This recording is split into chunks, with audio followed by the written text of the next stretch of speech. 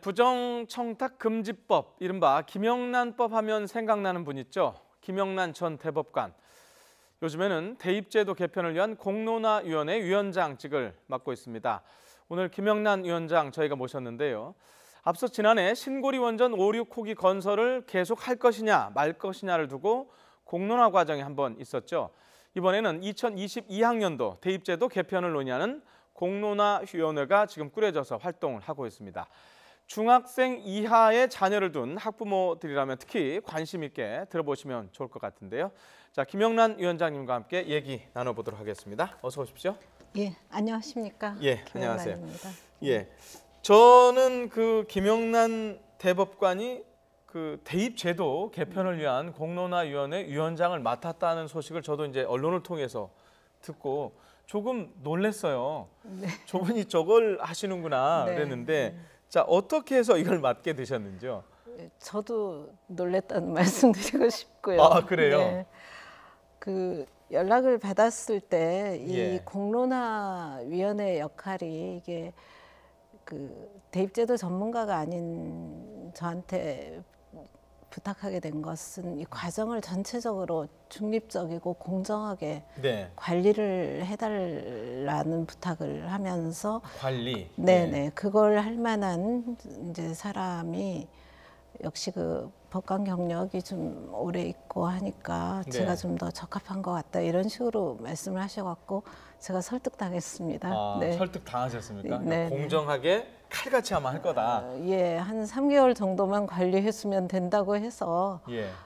뭐 그 정도도 국가를 위해서 봉사를 못 하겠냐 이렇게 가볍게 생각을 한 건데 예. 이게 들어와 보니까 그렇게 가볍지는 않은 거군요. 어떤 면에서 가볍지가 않던가요?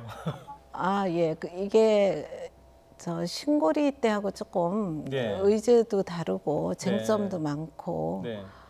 문제가 좀 더 복잡하더라고요. 예, 네. 모든 사람이 교육 전문가라는 얘기도 있어요. 그래서 국민 모두가. 그렇습니다. 네네. 아, 네. 그렇습니까? 자, 위원장직을 수락하시기 전에 네. 우리나라 교육, 특히 대입제도에 대해서 어떤 생각을 갖고 계셨는지도 궁금합니다. 아, 저의 개인적인 견해는 얘기하지 않는 게 좋을 것 같아요. 오케이, 알겠습니다. 예, 다만 예. 우리나라의 대입제도의 의견 충돌을 보면 굉장히 그 근본적인 가치에서 충돌을 일으키는 경우도 많고요. 네. 사실 대입제도 자체가 근본적인 가치의 문제를 품고 있는 문제여서 네. 그래서 정말 의견들이 분분하고 잘 타협이 잘 안 되는 그런 요소가 있는 것 같습니다. 예. 뭐 개인적으로 위원장님께서는 지금 혹시 뭐 자녀분들이 다 대학교 이상 그렇죠. 있죠? 네, 이거와 네. 관련이 직접 있는 건 아니시죠? 전혀 없습니다. 예, 네. 예. 자, 알겠습니다. 이 공론화라는 말을 들어보면 지난해 앞서 말씀하셨지만 신고리 원전 5, 6호기 건설 네. 재개 네. 결정 때 많이 들었는데 그래서 뭐 사실은 이번에 그렇게 낯설지는 않아요. 그런데 이 교육 이슈, 대입 제도를 공론화 과정을 통해서 다룬다. 이게 좀 아까 말씀하신 대로 좀 여러 가지 어려움도 있을 텐데 어떤 의미가 있다고 보십니까? 아, 예. 신고리 때는 결과적으로는 이제 찬반 양 논의 중에 하나를 고르는 그런 식으로 갔잖아요.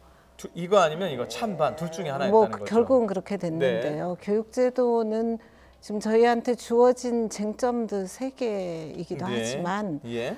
그 배경에도 그 교육에 대한 근본 가치를 조금 전에 말씀드렸듯이 어떻게 두느냐에 따라 굉장히 그 쟁점에 대한 견해가 다 달라질 수 있는 문제여서 네.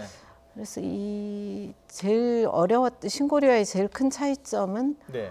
질문을 어떤 답을 고르게 질문을 던져야 하는가 또는 뭐 질문에 대한 그러니까 의제를 어떻게 설정해야 하는가 그러니까 저희한테 주어진 공론화 범위에 대한 의제를 어떻게 설정할 것인가 그 방법이 굉장히 차이가 있었고 어려웠는데요. 네. 이 교육 문제를 전문가가 아닌 사람들에게 시민들에게 왜 물어보느냐 이렇게 묻는 사람이 이제 저한테도 많은데 네. 어떻게 답변하세요, 그러면? 예, 그러니까 이 원래 민주주의 하에서 네. 전문가들이 답을 제대로 하지 못할 경우에 전문가들 간의 견해 차이가 있을 때 전문적인 견해인데 그 비전이나 여러 가지에서 견해 차이가 있을 때 시민들에게 수기를 하게 한 다음에 네.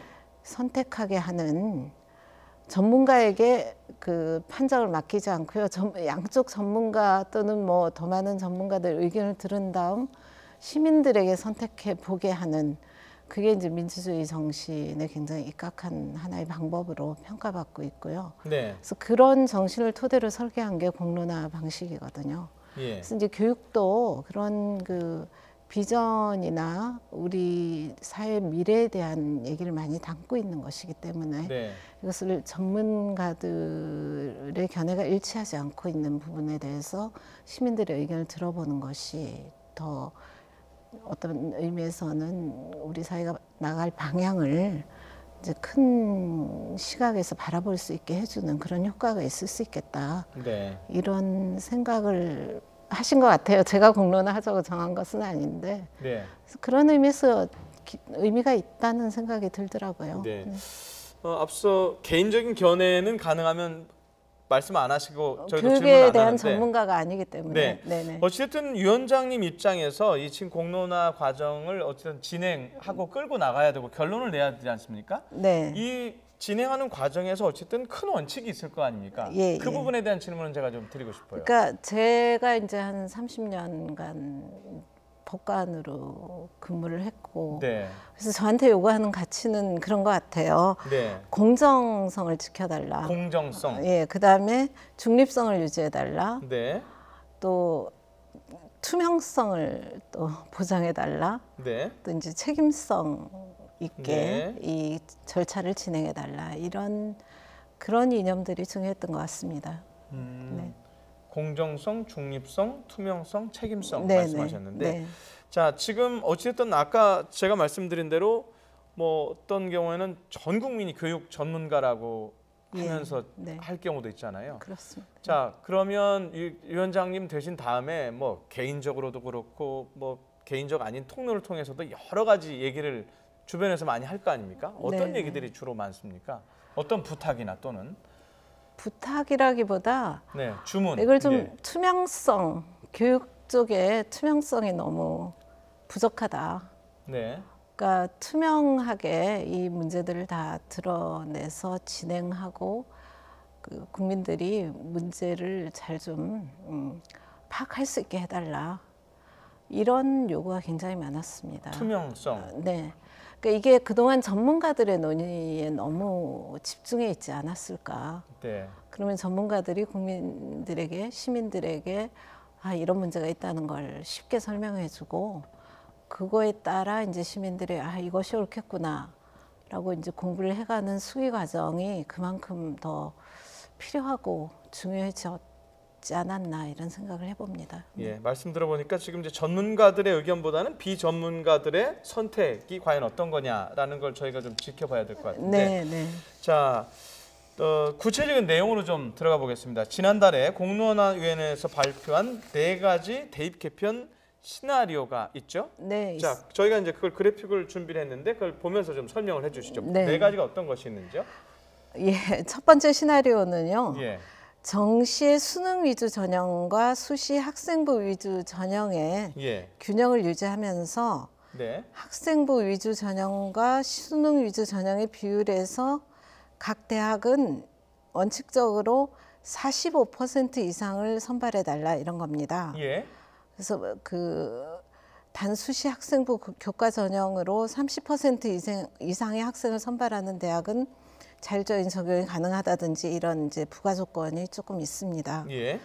그리고 수능 평가 방법에 대해서는 상대 평가를 유지하고요. 예. 그다음에 수시의 수능 최저 학력 기준의 활용은 대학 자율로 하지만 네. 교육부의 영향력은 그 행사를 배제해 달라 이런 내용을 담고 있습니다. 예. 이게 첫 번째 의제고요. 네, 자, 네. 두 번째 의제 그래픽 바꿔 주시죠. 네, 두 번째 시나리오는 학생부 위주 전형과 수능 위주 전형의 비율에서 각 대학이 자율로 선발하되 네. 특정 전형에 과도하게 치우치지 않게 좀 해달라 이런 거고요. 네.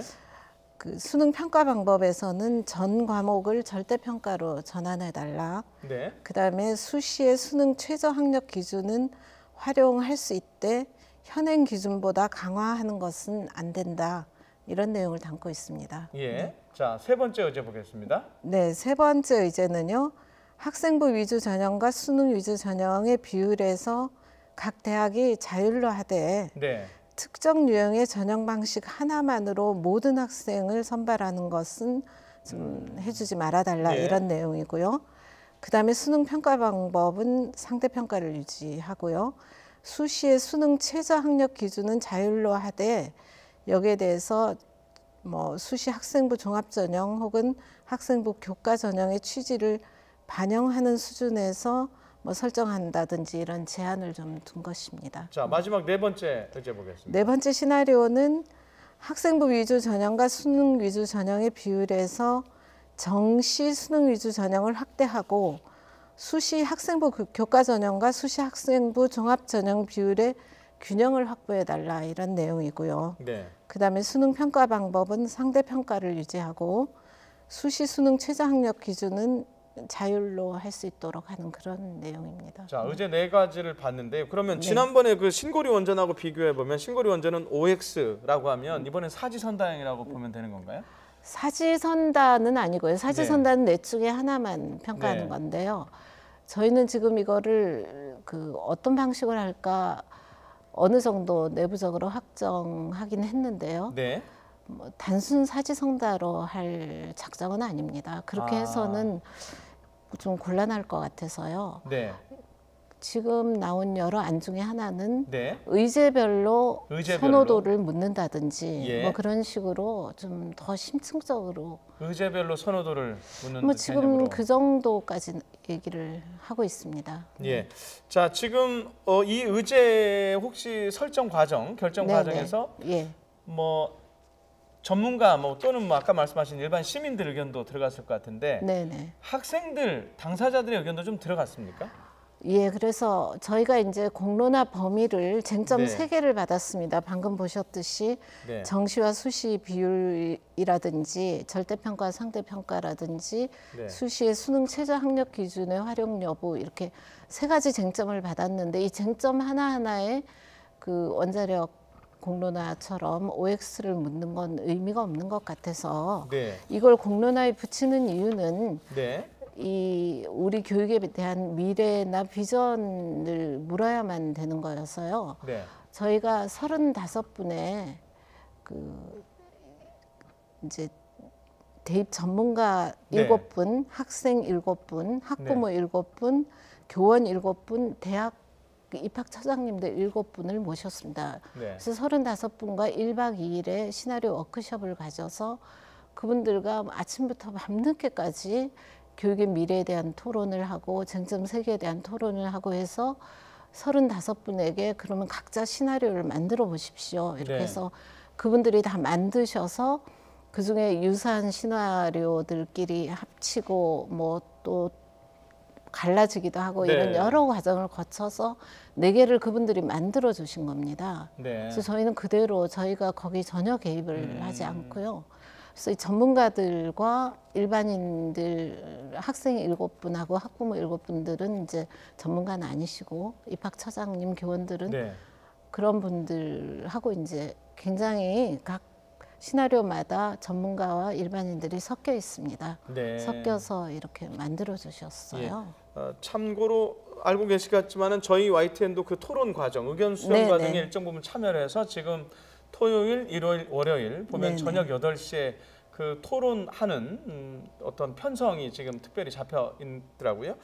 자, 어쨌든 많은 분들은 결론이 궁금합니다. 어떤 과정을 통해서 언제 결론이 나는지 이 과정을 좀 설명을 해주시죠.